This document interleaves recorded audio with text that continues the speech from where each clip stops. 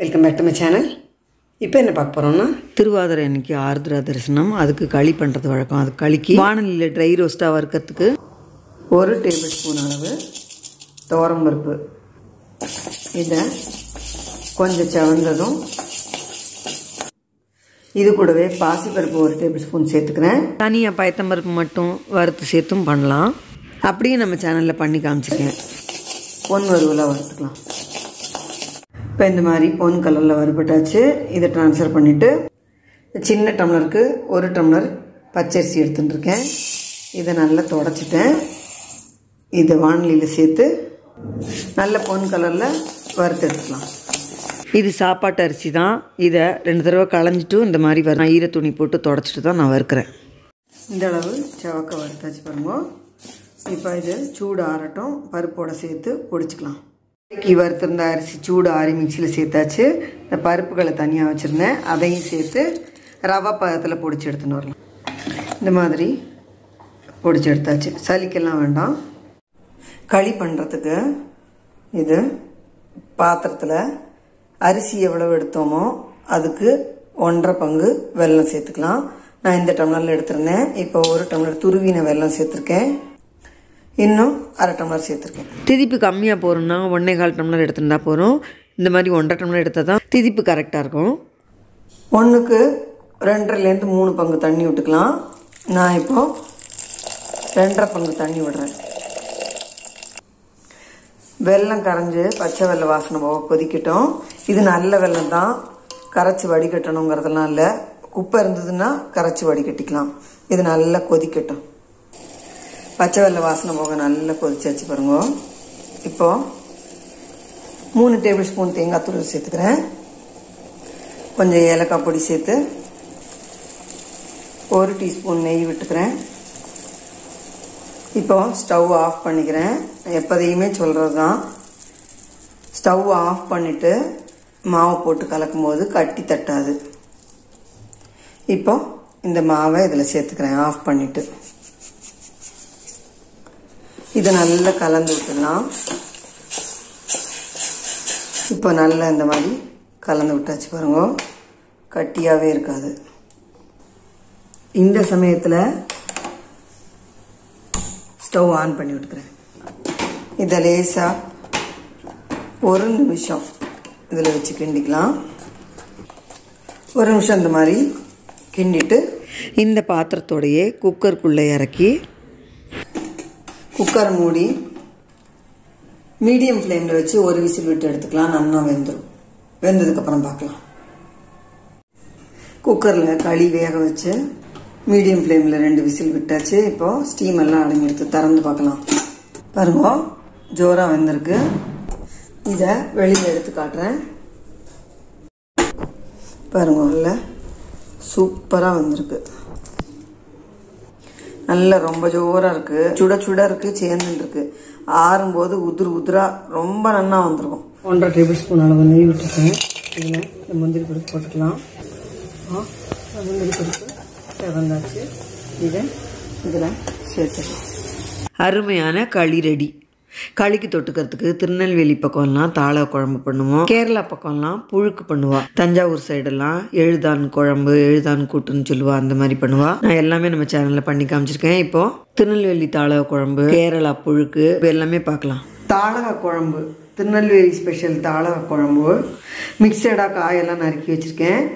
Carrot, மஞ்சள் பூசணிக்காய், beans, சௌச்சோ, வாழைக்காய், சேனை, கேப்சிகம், உருளைக்கிழங்கு, சேப்பங்கிழங்கு, சிறுகிழங்கு, பட்டாணி எல்லாமே நறுக்கி வச்சுருக்கேன். தாள குழம்புக்கு தனியா வறுக்க வேண்டாம், பருப்பு வேக வைக்க வேண்டாம். அதே மாதிரி இதுக்கு காய் ஒத்தப்படையாக தான் வைக்கணும். அதாவது 7, 9, 11 அந்த மாதிரி மடங்கில் வைக்கலாம். 27 காய் வரைக்கும் போடலாம். ஒவ்வொரு காயிலையும் 4 துண்டு போட்டாலே வரப்பாத்திரம் வந்துடும். கிழங்கு வகைகளையும் சேர்த்து தான் சொல்கிறேன். எல்லா கிழங்கும் போடலாம். இப்போ இதை குக்கரில் சேர்த்துக்கிறேன். இதில் கொஞ்சம் மஞ்சள் பொடி, 1/2 டீஸ்பூன் உப்பு, காய் முங்குற அளவு தண்ணி விட்டு குக்கரை மூடி வெயிட் போட்டு 1 விசில் விட்டு எடுத்துக்கலாம். தாளக குழம்புக்கு வறுக்கிறதுக்கு வெத்து வானலியில் 1 டீஸ்பூன் அளவு பச்சரிசி இந்த மாதிரி பால் வெள்ளையாக வர அளவுக்கு வறுத்து எடுத்துக்கலாம். இப்போ அரிசி நல்ல வெள்ளையாக வறுப்பட்டாச்சு. இதை எடுத்துட்டு 1 டீஸ்பூன் கருப்பு எள்ளு சேர்த்துக்கிறேன். கருப்பு எள்ளு தான் மணமாக இருக்கும். இப்போ இதை எள்ளு வெடிக்கணும், அந்த அளவுக்கு வறுத்து எடுத்துக்கலாம். இப்போ எள்ளு நல்லாவே பொரிஞ்சாச்சு. இதையும் ட்ரான்ஸ்ஃபர் பண்ணிக்கிறேன். இப்போ 1/4 டீஸ்பூன் எண்ணெய் விட்டுக்கிறேன். காரத்துக்கு 4 மிளகாத்தூள் சேர்த்துக்கிறேன். இதை லேசாக வறுத்துக்கலாம். வெறும்னா வறுத்தானாக்க கமரும். இதை வறுப்பட்ட மிளகாத்தூள் எடுத்துடலாம். மிளகாத்தூள் எடுத்துட்டு 1 டீஸ்பூன் உளுத்தம்பருப்பு, 1 டீஸ்பூன் துவரம்பருப்பு சேர்த்துக்கிறேன். கடலைப்பருப்பு சேர்த்தும் பண்ணலாம், அப்படியும் பண்ணி காமிச்சிருக்கேன். பருப்பு சேர்க்கறதெல்லாம் அவ்வளவா விருப்பம்தான். குழம்போட திக்னஸ்க்கு தான் அந்த பருப்பு எல்லாமே சேர்க்கறது. இது கூடவே 2 கருவேப்பிலையும் உருவி சேர்த்துருக்கேன். கொஞ்சம் வறுபடட்டும். பருப்பு லேசாக செவந்ததும் இதில் 4 டேபிள் ஸ்பூன் தேங்காய் துருவல் சேர்த்துக்கிறேன். இந்த தேங்காய் துருவல் சேர்த்து கொஞ்சம் வறுத்துக்கலாம். ரொம்ப செவக்க வறுக்கணுங்கிறது இல்லை, கொஞ்சம் ஓரளவுக்கு வறுந்தால் போதும். தாளா குழம்பு எல்லாருக்குமே ரொம்ப பிடிக்கும். நம்ம சேனலில் நிறைய தடவை பண்ணி காமிச்சிருக்கேன். திருவாதிரைக்கு மட்டும் இல்லை, இது ஆடி செவ்வாய் மஞ்சள் பொங்கலுக்கும் பண்ணுவோம். நிறைய காயெல்லாம் இருக்கு இல்லையா அதில். ஸோ ஹெல்த்தியான குழம்பும் கூட. நாட்டுக்காய் தான் நிறையவே சேர்ப்போம் அதில். இப்போ வறுப்பட்டாச்சு, போகிறோம். கொஞ்சம் சூடு ஆறுனதுக்கப்புறம் அரைச்சிக்கலாம். தாளக்க குழம்புக்கு வறுத்தது மிக்சியில் சேர்த்துட்டேன். இப்போ எள்ளு, அரிசி, மிளகாத்தூள் தனியாக வச்சுருந்தேன் இல்லையா, அதையும் சேர்த்து நல்ல தண்ணி விட்டு அரைச்சின்னு வரலாம். தாளக்க குழம்புக்கு குக்கரில் வேக விட்டுருந்தோம் இல்லையா, நல்லா வெந்துடுத்து. ஒரு விசில் விட்டு எடுத்தாச்சு. இப்போ இதில் ஒரு எலுமிச்சங்காய் அளவு புளியை ஒரு டம்ளர் தண்ணியில் கரைச்சி வச்சுருந்தேன், அதை சேர்த்து கொதிக்க விட்டுக்கிறேன். புளி சேர்த்து பச்சை புளி வாசனை போக நல்லா கொதிக்கட்டும். இந்த மாதிரி அரைச்சி எடுத்துன்னு வந்தாச்சு பாருங்க. ரொம்ப மையாகவும் இருக்காது, ரொம்ப கரகரானும் இருக்காது. அந்த மாதிரி தான் அரைச்சி எடுத்துன்னு வந்திருக்கேன். பச்சை புளி வாசனை போக கொதிச்சாச்சு பாருங்க. காய் கூட இதில் நல்லா வெந்து கரையும். அது ஒரு விசில் விட்டு எடுத்தாலே குக்கரில் நல்லா வெந்துடும். தனியாக வேக வைக்கும்போது கிழங்கெல்லாம் வேகிறதுக்கு கொஞ்சம் டைம் எடுக்கும் இல்லையா. கிழங்கு, பூசணிக்காயெல்லாம் வெந்து கரைஞ்சின்னு இதில் டேஸ்ட் ரொம்ப ஜோராக இருக்கும். இப்போ அரைச்சி வச்சுருக்கிற இந்த தேங்காய் விழுதை இதில் சேர்த்து விடுறேன். இது கூடவே 1 டீஸ்பூன் வெல்லமும் சேர்த்து நல்லா கலந்து விட்டு கொதிக்க விட்டுக்கலாம். ரொம்ப வெட்டி தழைச்சி கொதிக்க வேண்டாம். எல்லாமே வறுத்த சாமான் தான். ஜஸ்ட் ஒரு கொதி விட்டால் போதும். கொஞ்சம் கொதிக்கட்டும். இப்போ தாளா குழம்பு இந்த மாதிரி கொதிக்க ஆரம்பிச்சாச்சு. ஸ்டவ் ஆஃப் பண்ணிவிட்டு இதுக்கு தாளித்து கொட்டலாம். குழம்பு தாளிக்கிறதுக்கு இது 1.5 டீஸ்பூன் தேங்காய் எண்ணெய் சூடு பண்ணியிருக்கேன். இதில் கடுகு, உளுத்தம்பருப்பு, 1 டேபிள் ஸ்பூன் தேங்காய் துருவல், 4 கருவேப்பிலையும் சேர்த்து தேங்காவை செவக்க வறுக்கணும். அந்த அளவுக்கு வறுபடணும். இந்த தாளிதத்தை தாளா குழம்புல சேர்த்துடலாம்.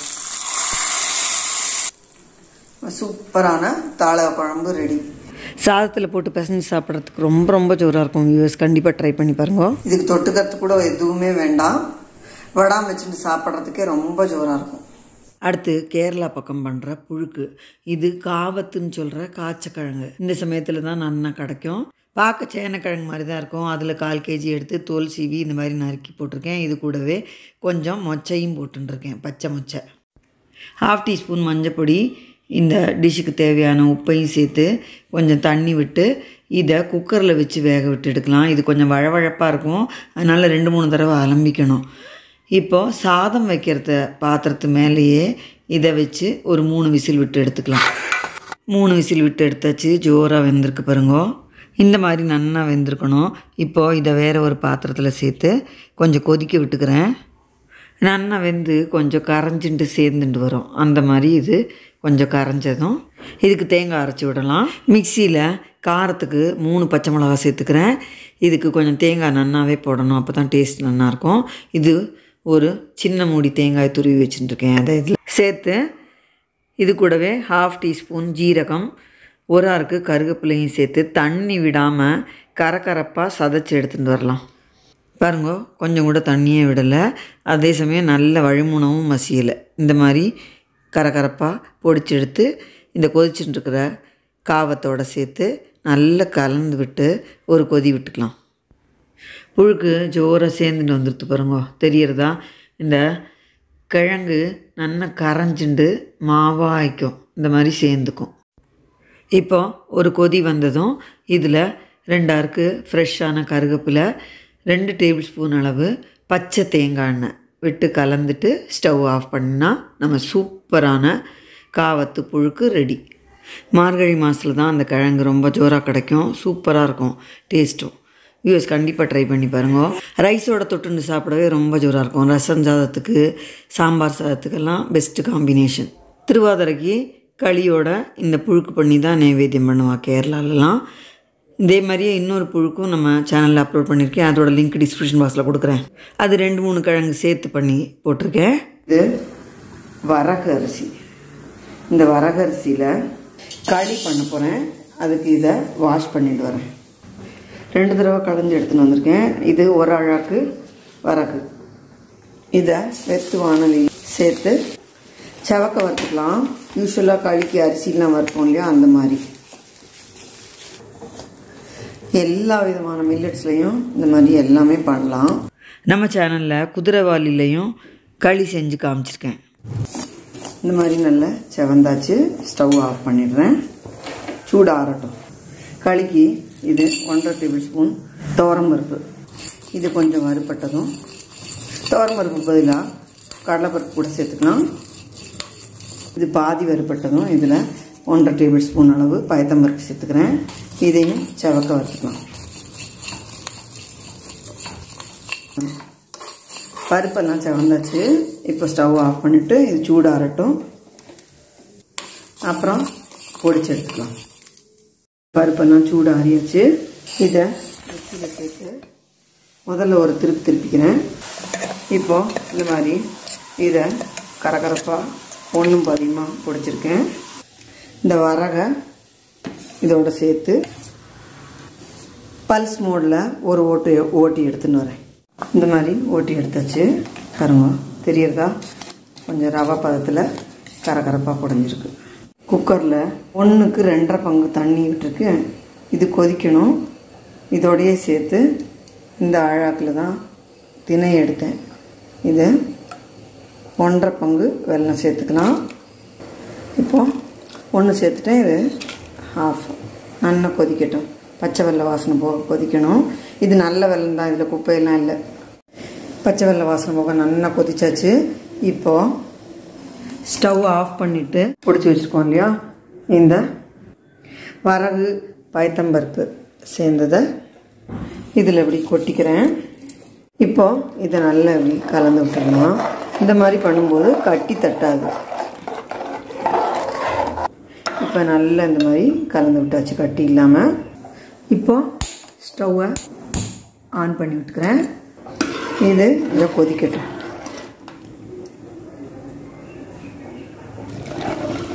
இப்போ அந்த மாதிரி நல்லா கொதிச்சுன்னு வருது. இந்த சமயத்தில் குக்கரை மூடி வெயிட் போட்டு மீடியம் ஃப்ளேமில் வச்சு 10 நிமிஷம் வேக விட்டு எடுத்துக்கலாம். குக்கர் ஸ்டீம் அடங்கியாச்சு. பண்ணுவோம், எடுத்து நல்ல நம்ம வரகு களி ரெடி ஆகிடுது. நல்லா ஜோர ஆற நல்ல உதிராகிடும். இதில் ஏலக்காய் பொடி 2 டீஸ்பூன் நெய் விட்டுக்கிறேன். ஒரு மூடி தேங்காய் துருவி வச்சுருக்கேன், அதையும் இதை சேர்த்துக்கலாம். 1 ஸ்பூன் நெய் சூடு பண்ணி முந்திரி பருப்பு சேர்த்து இதில் சேர்த்தா நம்ம சூப்பரான வரகு களி ரெடி. டேஸ்டியான ரொம்பவே ஹெல்த்தியான வரகு அரிசி களி ரெடி ஆகிடுது. ரொம்ப நல்லாயிருக்கும் டேஸ்ட். இது உடம்புக்கும் ரொம்ப நல்லது. வியூஸ் கண்டிப்பாக ட்ரை பண்ணி பாருங்க. இந்த வீடியோ எல்லாருக்கும் பிடிச்சிருக்குன்னு நினைக்கிறேன். லைக் பண்ணுங்க, ஷேர் பண்ணுங்க, சப்ஸ்கிரைப் பண்ணுங்க. தேங்க்யூ ஃபார் வாட்சிங்.